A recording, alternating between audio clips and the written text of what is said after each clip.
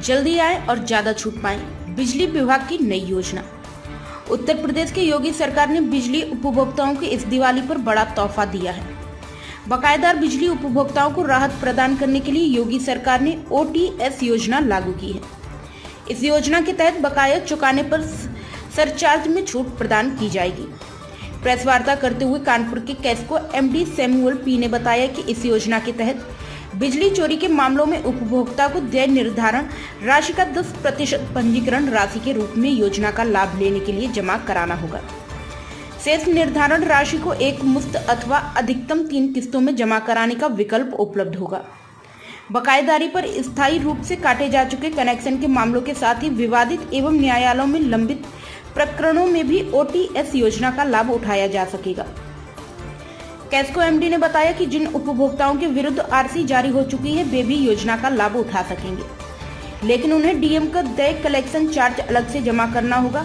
उन्होंने बकायेदार उपभोक्ताओं से अपील की है कि वे योजना का लाभ उठाते हुए बकाये को जमा कर दें। दिवाली के पहले OTS योजना आ रही है, किस तरीके से उपभोक्ताओं को इसका लाभ मिलेगा? ये जो योजना है एक मुश्त समाधान योजना 2023, ये 8 नवंबर से चालू होगा। ये 3 अवधि में बांटा गया है। 8 नवंबर से 30 नवंबर, 1 दिसंबर से 15 दिसंबर और 16 दिसंबर से 31 दिसंबर तक 3 अवधि है।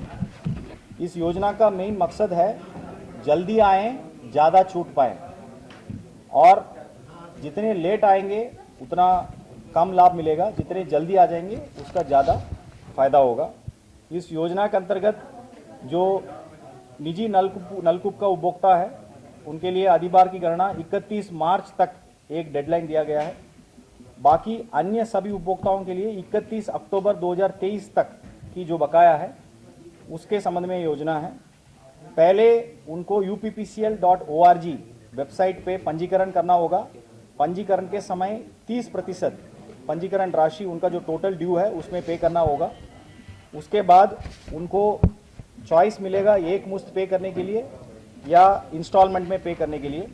एक मुश्त पे करने में काफ़ी फ़ायदा है और लोग इंस्टॉलमेंट में भी पे कर सकते हैं। Maximum number of instalment 12 instalment है, बट इंस्टॉलमेंट के साथ कुछ टर्म्स एंड कंडीशंस है। डिफ़ॉल्ट 3 डिफ़ॉल्ट के ऊपर नहीं हो सकता है। मान लीजिए किसी का 12 इंस्टॉलमेंट है तो 3 इंस्टॉलमेंट से ज़्यादा नहीं हो सकता है। 3 डिफ़ॉल्ट के ऊपर नहीं हो सकता है, उसको थोड़ा सा ध्यान रखना पड़ेगा। इसका विशेष योजना में चोरी के प्रकरण को भी शामिल किया गया है, उनको क्या लाभ है?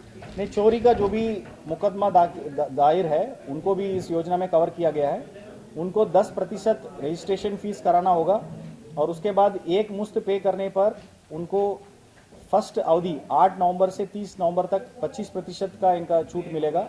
छूट नहीं है, 25% का जो राजस्व निर्धारण है उनको उतना ही पेमेंट करना होगा।